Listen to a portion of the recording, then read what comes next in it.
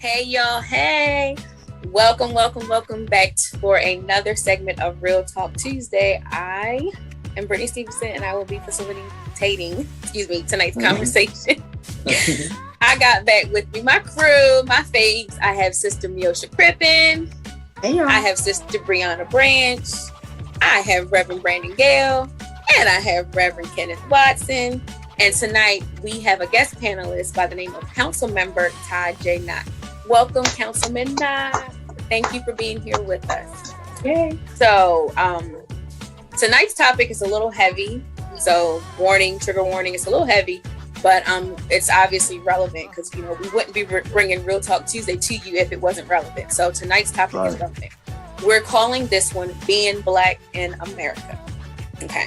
So, let me set the scene before we get into our conversation. It's 2020.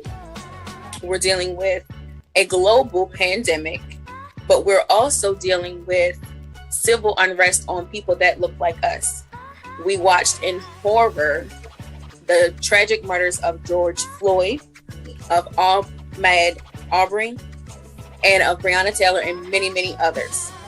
We also watched in Kenosha, Wisconsin, a young man by the name of Jacob Blake be gunned down by the police. Thankfully, he was not murdered, but it was still a tragic situation. Because of that, obviously, there was a lot of civil unrest in Kenosha, which led to what we're going to talk about right now.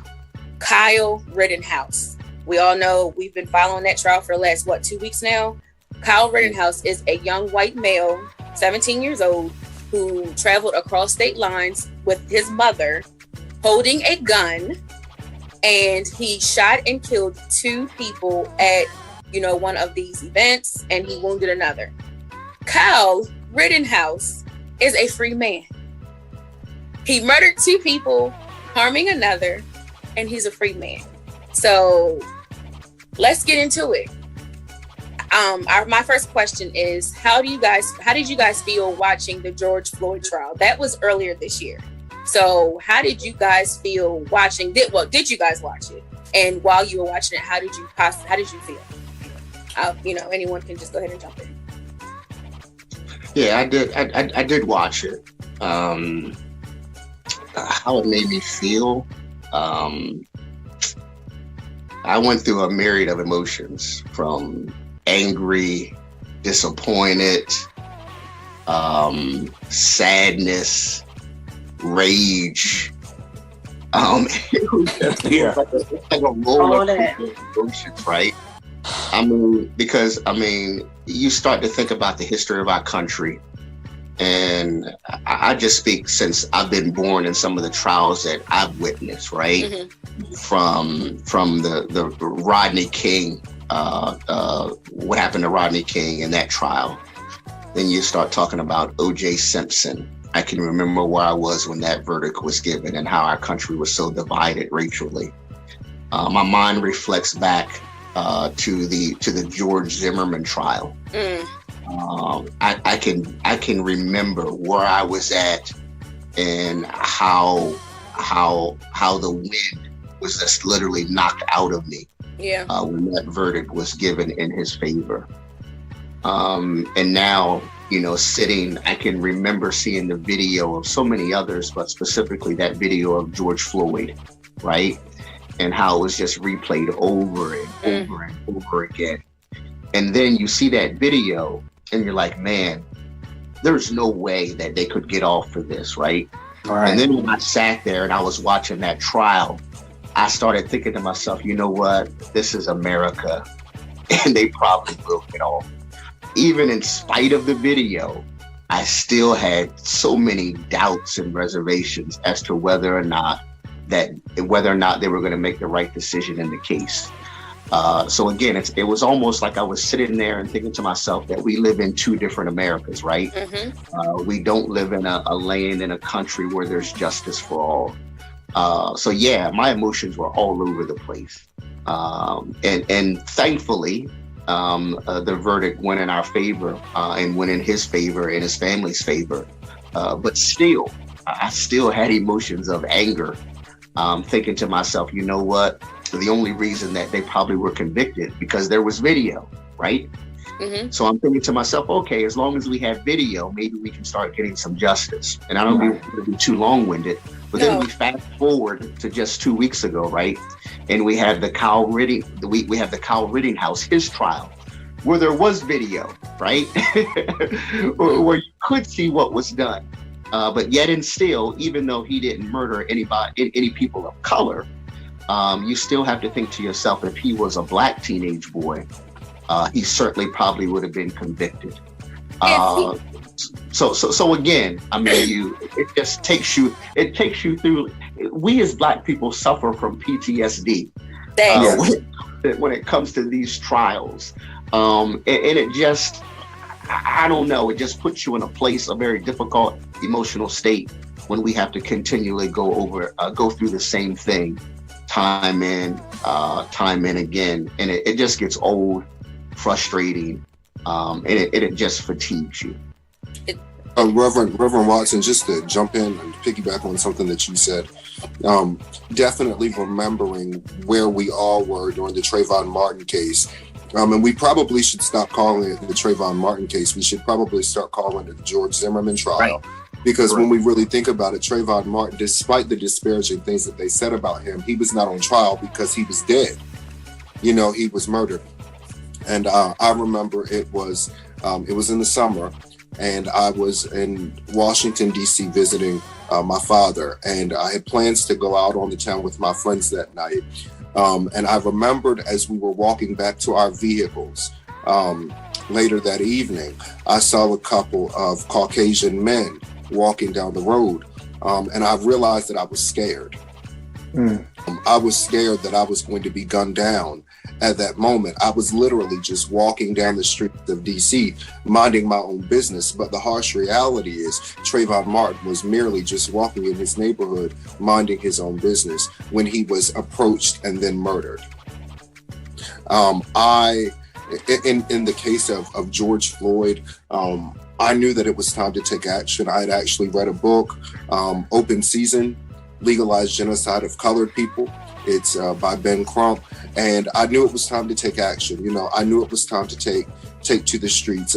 We as a race, we've seen change when we've taken to the streets, when we finally fought back. And I'm not talking about fighting back physically, but when we've let our intellect fight for us.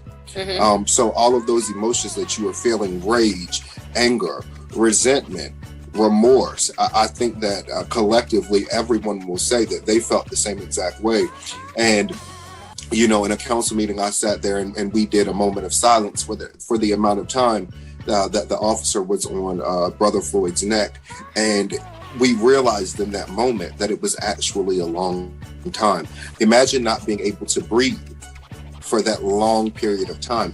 While to some, it doesn't seem long, but when you're in the moment, it's a long time. Does anyone else want to talk about how they felt during the, I don't want to keep saying the George Floyd trial either, because again, he wasn't on trial. He was a victim. So, what was it, Derek Chavis? We're going to say him. So how did you guys feel? Neosha, Brianna, Reverend Gail, do you guys have any thoughts about I didn't watch it because I personally couldn't. I remember I had went to the doctor's office one day and it was playing, and I literally got up and waited like somewhere else, because while I was sitting there, and first of all, and not to sound horrible, but it was a lot of people that didn't look like me around, and they're all like, he didn't do it. I'm like, he didn't? We didn't watch. Right. Y'all didn't see that video? Right. Like that didn't happen. So I had to get up and remove myself, from that situation, because I just remember, like Reverend Watson has said, and like Councilman Knock has said, the rage. Like, I felt like Lil Boosie, it was time to set it off, because it's like, really, like, y'all are not going to play in my face like this about what happened, what we saw. What we witnessed with George Floyd was a murder, was an assassination, like right in front of us. It was horrible to watch.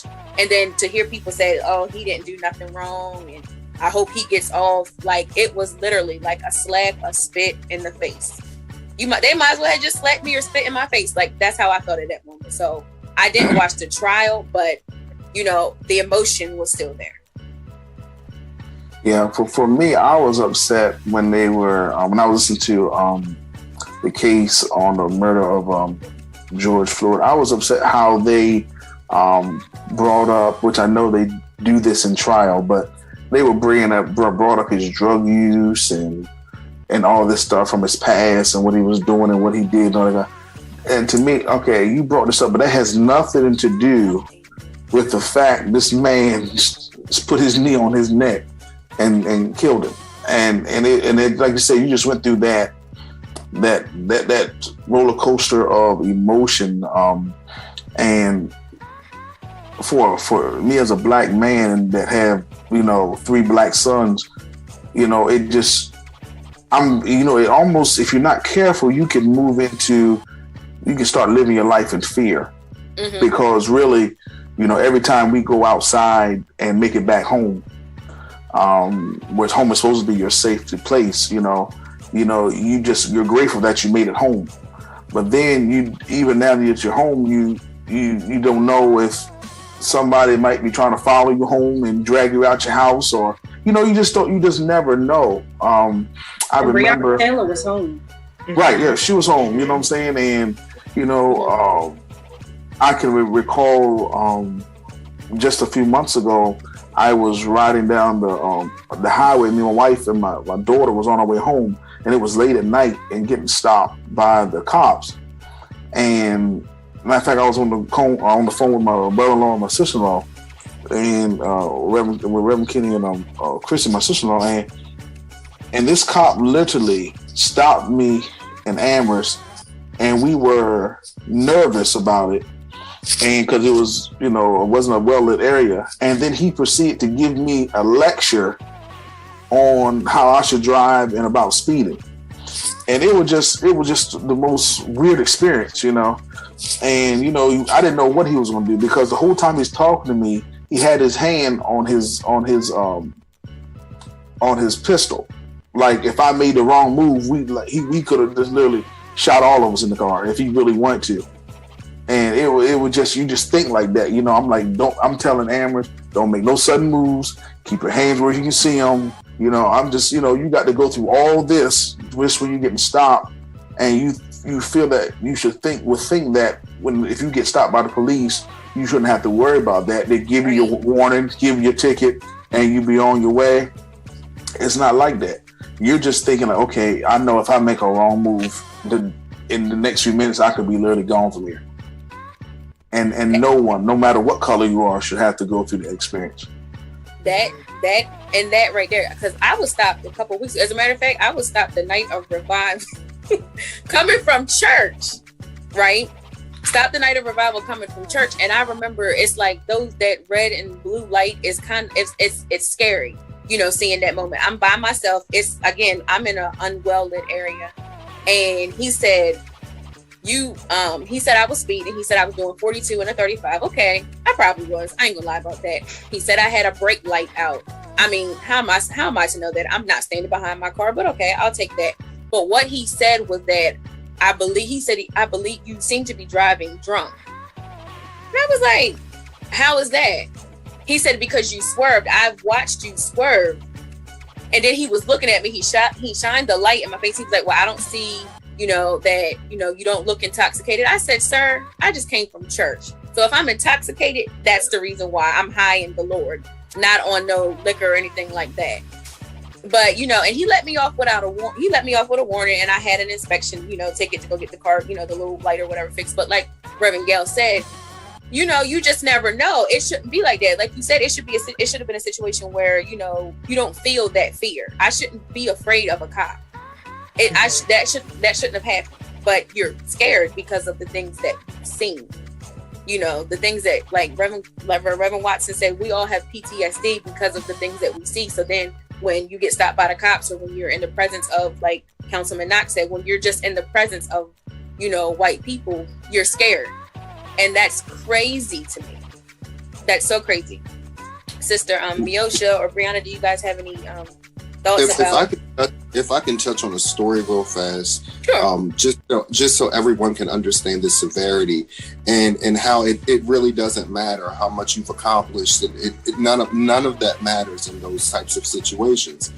So I was coming over the railroad tracks in Pocomoke. It was January 1st, 2020. Yeah, January 1st, 2020. So this was before the pandemic. And Miosha, you know well, when you come over those railroad tracks before you get to the corner store, there used to be a stop sign there. There's a stop sign there and you have to stop at the stop sign. Well, I was used to the stop sign being there. And they had pulled it up without notice, which is a whole nother issue. And so I still stopped right there. Because I didn't know that the sign was gone. And once you become accustomed to doing something for so long, right, even if you don't have to do it anymore, you're going to continue to do it. So I continue to proceed. And once I turn into my grandmother's yard, a cop turns on his lights and he turns in the yard behind me. So I was on the phone with my uncle and I told my uncle, I said, the police are pulling me over. And he said, well, just stay on the phone with me. And so the cop gets out of his car and he's holding the hoister to his gun and he's shouting it. And, I didn't take too kindly to that because I knew that I had done nothing wrong. So he was screaming, put your hands on the wheel, put your hands on the wheel. Keep in mind, my hands were on the wheel the whole entire time. The only reason why I even really heard him clearly was because I drive with my windows down. It doesn't matter what season it's in, my windows are down. I can have the heat on and my windows are down. And so he's screaming. And when he finally comes over to my vehicle, instead of asking me for my license and registration, the first thing he asked me is, what are you doing in this neighborhood? And my response to him was, could you at least let me know why you're stopping me first before we jump into this conversation? And he said, well, give me your license. So I give him my license and he says, you live on the other side of town. What are you doing in this neighborhood? Wow. I mean, his tone was very violent. And that's when I proceeded to tell him that we were actually in my grandmother's yard. And so he says to me, so if I go and knock on that door, your actual grandmother is going to come to the door and let me in. And I looked at him and I said, no, she's not. He said, so then why are you lying? I said, I'm not lying. She's not going to come and let you in. She's not going to open the door for anyone this late. I have a key to get into her house. So he was just violent. His tone was just very upset and irritating. So then he went back to his vehicle and he stayed there for a very long time. When he came back to me, he was still the same way. And I had made up in my mind at that point. I said, what? I know that I'm going to die tonight. Like, I know that this man is going to shoot me. So my uncle is in my ear the whole time telling me to tell him who I am, tell him who you are. And I decided that I was not going to tell him who I was because he did not get a pass. If he was capable of doing it to me, he was capable of doing it to other Black men that weren't on the city council, that didn't serve on the Maryland Municipal League Board of Directors. I just wanted to be a regular person to see how he responded. So when he came back to the car, I asked him for his name. He would not give me his name. He told me it was on the ticket. He asked me, was there anything else? And I told him that I would be speaking with his supervisor in the morning. And he didn't believe that I knew his supervisor until his supervisor pulled him into the office. And I'll just never forget that. So then we hit the pandemic. Then we hit, George Floyd being murdered. So that was kind of my eye-opening experience, that they don't care who you are professionally. They don't care how many degrees you have. They don't care. The only thing that they care about is the pigmentation of your skin. Mm-hmm. Mm-hmm. God, yeah. mercy. It's almost as if the Black skin is a weapon in and of itself, and it's not. It's a gift to us from God, but not a weapon. So to to talk about a little bit more what we were, what's going on right now with Kyle Rittenhouse, Sister Miosha, because I remember I messaged you guys, and was like, he got off. So when you saw that, how did you what was your thoughts when you saw that? I wasn't surprised. I wasn't surprised, not one bit, because if you watch the video, he's carrying a gun. He didn't have a gun. He had like an AK-47, right? And he's walking away from the incident. The police and everything, they don't think they just like keep going right on about his business. Meanwhile, he's the whole shooter. He's the whole person out there killing people. They didn't even think once about stopping him. So it's just like, it's unfortunate that we have to say, well, you know what? Another one bites the dust, you know? Right. He's probably going to get off too. And then he goes in and we got this little hair slicked to the side, looking like he ain't never done anything bad a day in his life. And, you know, people just like, oh, okay, yeah, he's not that bad of a person, you know? And he cried. It annoys me, right? It annoys me to no end. So I just try to not, you know, get indulged in it. So I just was not surprised about the situation, and it's sad because not all police are bad, right? Not all white police are bad. Not all black. There are black police that are also equally as bad. But it's just the fact that when you take a vow to protect and serve, you can't pick and choose who you want to serve. Absolutely. Right? The firefighters aren't going around starting fires, right? Nobody's saying, oh, we don't want firefighters around. Defund firefighters. Nobody's saying that, right? But they're not going around doing that either. So it's just an unfortunate situation, because when one police officer does something bad, it does make everybody look bad. Right. Because one is too many. Right? One is but then when you have a bunch of them, it's like a pattern.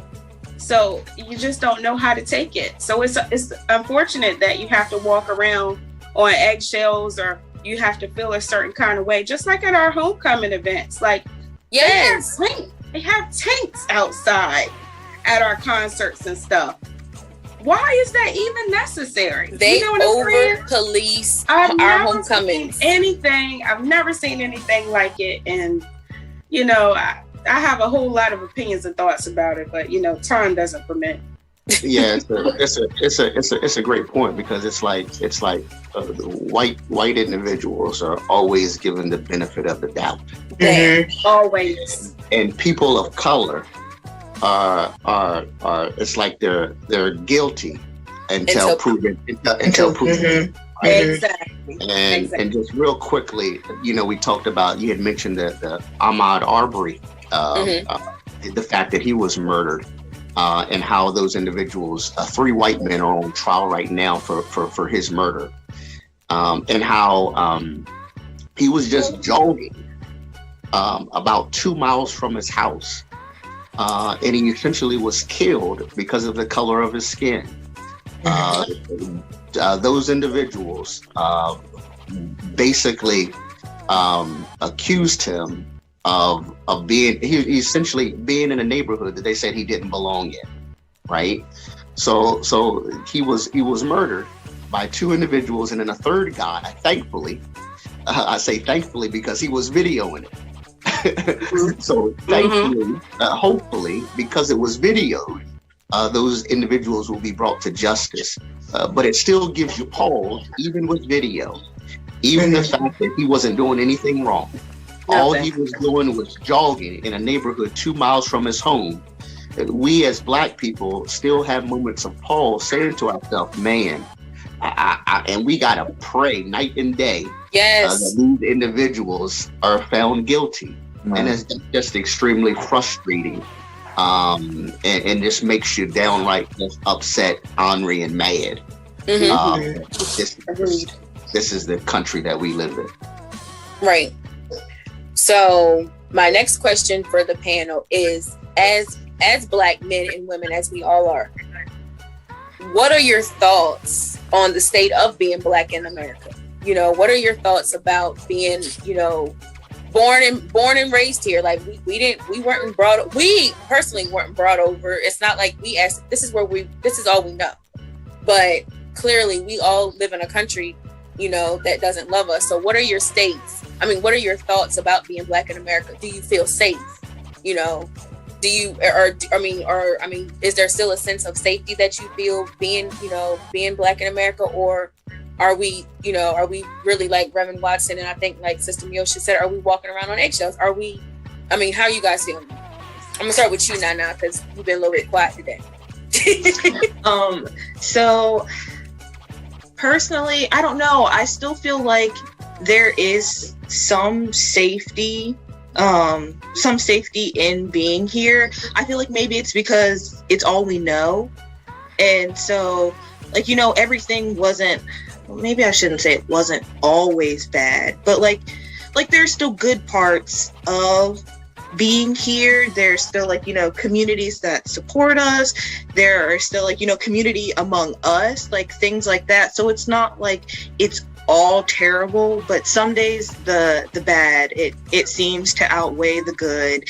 And you think about it and you're like, why is this the course of life? Like, especially as a Christian, you're taught like never to question God, and it's never like a why would you do this to me sort of thing, just an amusing sort of way, like why was this the path that we were chosen? Like apparently I'm strong enough to walk it because he put me here, he made me who I am, like you know what I mean? But some days when, especially like when things like George Floyd happen or any of the other cases, you think like why were we given this sort of plight to bear? And I don't know. There are some days it's very scary to live in America. I myself tend to avoid the trials. I never feel good about watching them. And then I always feel like I end up in a space where like people expect me to talk on them. And I feel like it's not my job. Like I don't want to be the sole voice in a certain setting that has like, the full say representing the whole community. Like I feel like that shouldn't, like everyone should be able to educate themselves on it. And as we mentioned earlier, sometimes being around police is like scary, even in a space where I used to not think they weren't scary to me. They could walk by and I could be like, oh, police officer. But like now I see one and I kind of tense and I take like, I take like a couple deep breaths, even if they're just walking around. I'm just like, okay, like look like I'm doing good. I'll be in the library and I'll be like, okay, look like I'm doing work, look studious, don't look like a problem. And then they walk by and it's done. And I'm like, okay, wait, like, why'd I have to feel like that for like those 10, 15 seconds? I don't know. It's not all bad, but there's definitely some moments that, make it seem like America's not the best place for us to be. But then where else do you go, That's the thing. Anyone else want to share their thoughts about, their feelings on their safety, being Black, being bearers of the Black skin in America? So I'm just going to say that it is very difficult. It is, being Black is hard. It's hard. And I don't think other races actually realize how hard it is being Black. The blessing in it is that we all know the Lord, and He makes it easier. Teresa the Songbird said from one of my favorite poems, basically, we get to wear and rock this thing with honor. I'm Black like my granddaddy and my great grandmama. Black is that letting your freedom ring and resound. Black is adjective, adverb, color, and noun. Black is beautiful. And motivation that comes from everything that we see is that if you do not pose a threat or you do not have something great on the inside of you, people would not want to kill you. So while we are afraid and while we are scared, we need to tap into what it actually means to be Black. We know that all of our ancestors weren't brought over here on ships, but nonetheless, once they got here, they were no longer able to hide. Regardless of how they got here, they were no longer able to hide. And we all have to decide that we're going to wear our skin with honor. So it is hard. It is fearful sometimes, but it is an honor. Especially when you look at the people who sacrificed for us. They weren't famous people. They weren't people with a lot of money, but they were people of regard, and they were people of insight. And they did it. They did it so we could all sit here on, Real Talk Tuesday? Yes. Real Talk Tuesday. So, does anyone else have anything they want to add to that, to their feelings on being, their safety, being Black in America? You don't have to. I just, I'm opening the floor before we move on to our next question. Anyone? Okay. So, as you guys have been watching, we have Councilman Todd Knock with us. Councilman Knock is a city councilman in the city of Pocomoke. He is the, when he won the election in 2018, you were the youngest, right? The youngest person to ever take seat, in the council. Still the youngest. You mean still the youngest. So Councilman Knock, we all know Todd. Everybody knows, we all know Councilman Knock. We know Todd. So Councilman Knock, tell us a little bit about what made you want to be a part of your city council. What was the driving force behind that? So the driving force behind it was 2015, when the first African-American, the first Black chief of police was fired from Pocomoke. We realized that a lot of things were just going on in our town, and we were just, as Dr. Brodus said in Nurse Evers' voice, we were just really going along to get along. And I realized that I could no longer do that. We all like to stir the pot a little bit. We all like to, the noise. We all like to set it off. But we have to take that energy and we have to turn it into something positive. So initially, I did not run immediately after the firing of Chief Sewell happened. My aunt ran the following year, so she ran in 2016. And she unfortunately did not win. Another lady ran in 2017, and she did not win. So it was my turn in 2018. And you all remember the journey. I was at First Baptist with you all when I was, doing it. So it wasn't easy. It was just that I felt that Black people needed a voice. Black people from, Bonneville Avenue and 4th and Laurel Street, we needed a voice because, for too many years, and Miosha, you'll understand this. We watched people that we grew up with, people that we saw up and down the streets. We saw them arrested by police, and they were just sent to jail for a very, very, very long time.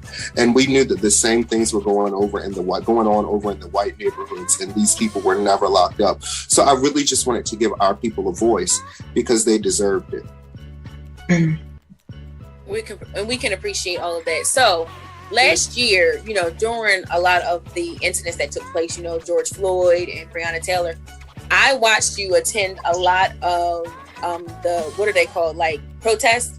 So can you talk a little bit about, what it's like to protest? Like, how can us as a panel and our viewers get more socially involved? Because we talked about the disparities of our people, but what can we do to become more involved?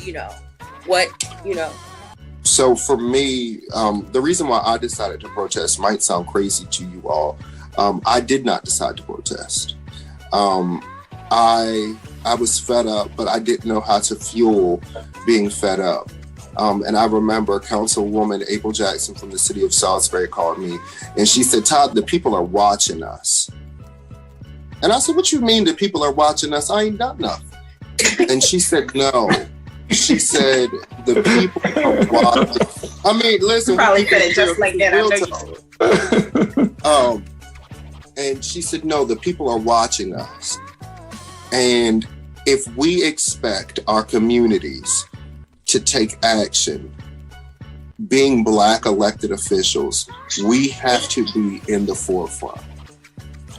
And after she said that to me, a light bulb went off. And I was like, all right, well, if we're going to do it, let's do it right. So here we are, sitting up, we're making banners, we're doing all of these things. We're going to these protests and they're putting us right in the front.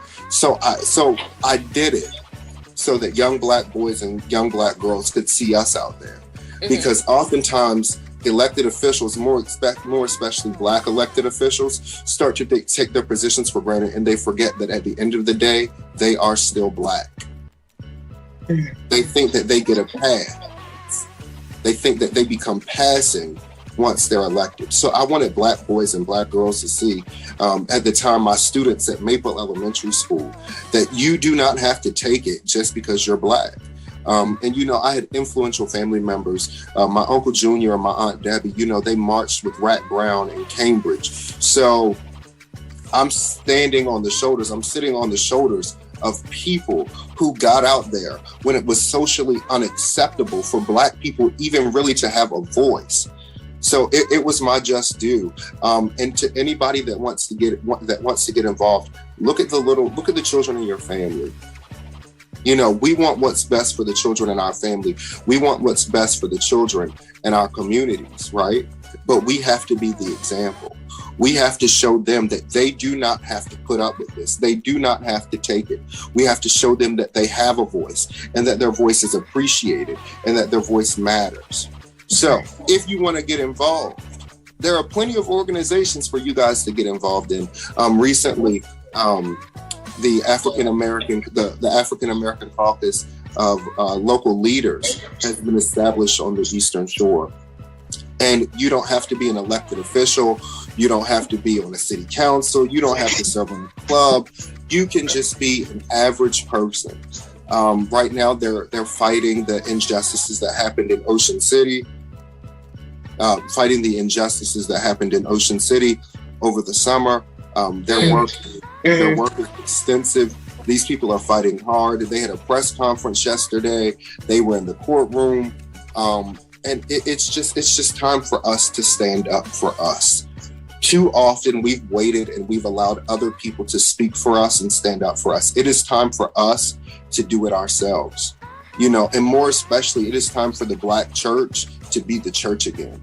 Mm-hmm. We all good and Baptist on here, but when you look at the civil rights movement, it was the Baptist church. It was the Black fraternities and sororities. It was them that stood up and that fought this. So I'm charging everybody that's good and Baptist on this call tonight. That's all of y'all. I'm charging everybody that's good and Baptist on this call tonight to become the Baptist church of yesterday, to say, we're not going to take this anymore.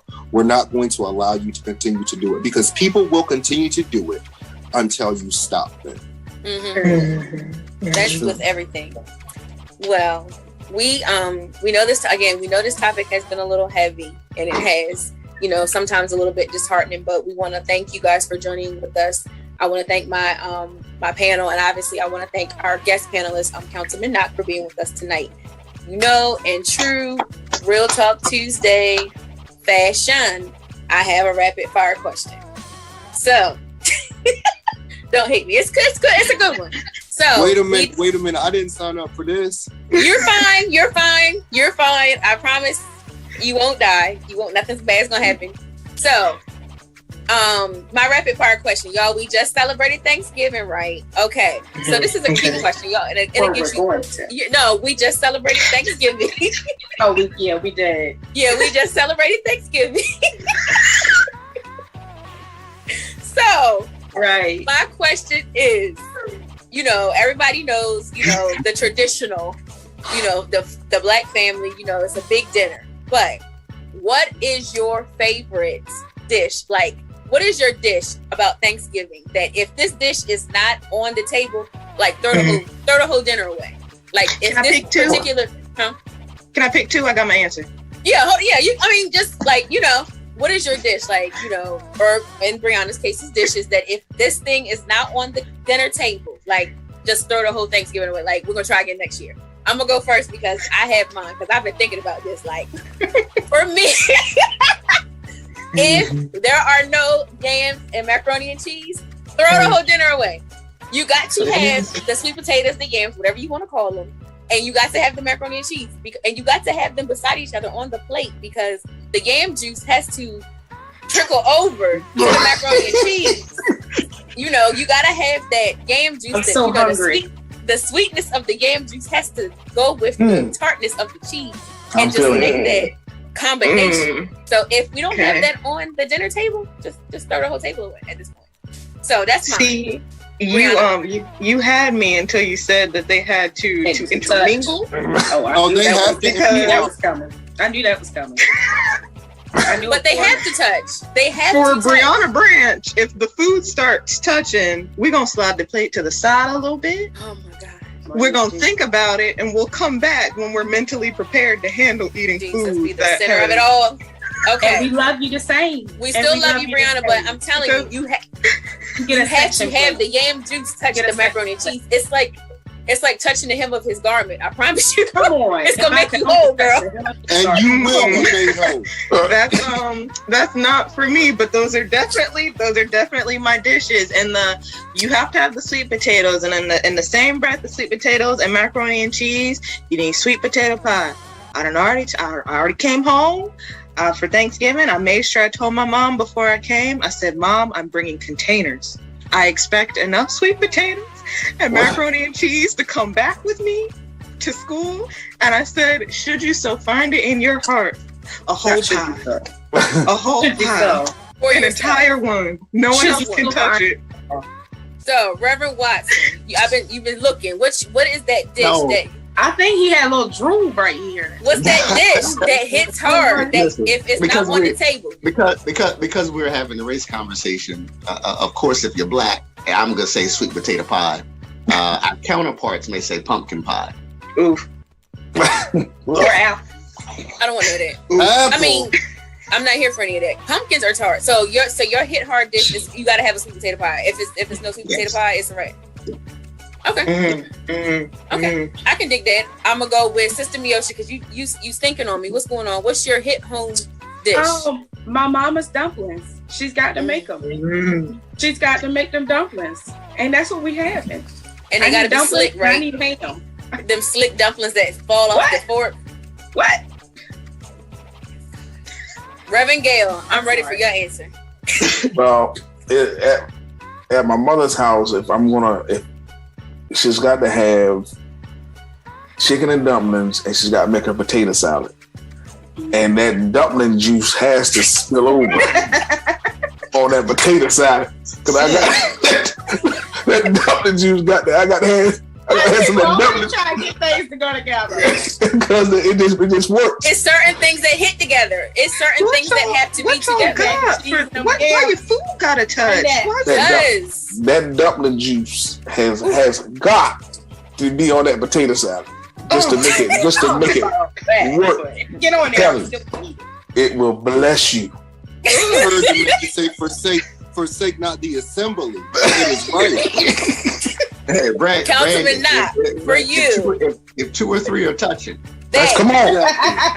That's the book. They're all meeting in He's being the miss. My God. He's in the midst of that. I'm telling you, Councilman Knott, what's that dish or that combo dish that has to be on the table? Otherwise, it's like throw the whole table away. What's that for you? So I've never had to think about that because we've always had everything. Everything.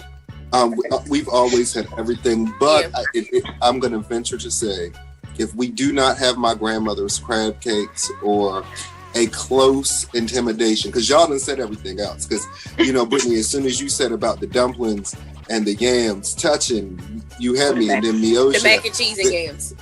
Yeah, that's what I mean. My bad. But the dumplings go right beside them. Yeah, and then you got the dumplings because you got to have them right in there too. I mean, y'all just did it, so I'm gonna just go with my grandmother. I'm so hungry. Me too. Who's treating? Where's Boston Market? Well, listen, I can't treat y'all because I'm gonna make your plate separate. You're gonna there's gonna be some clear. I'm telling you, that stuff has certain space. Brianna, I'm gonna need for you to step your palate up a little bit. Certain things just have close to touch. your eyes. Just close your eyes and put it in there. You too old for that now. Certain things have to touch in order for them to I'm gonna tell my mama. I'm gonna tell her you said I'm too old. You too old for that. Y'all,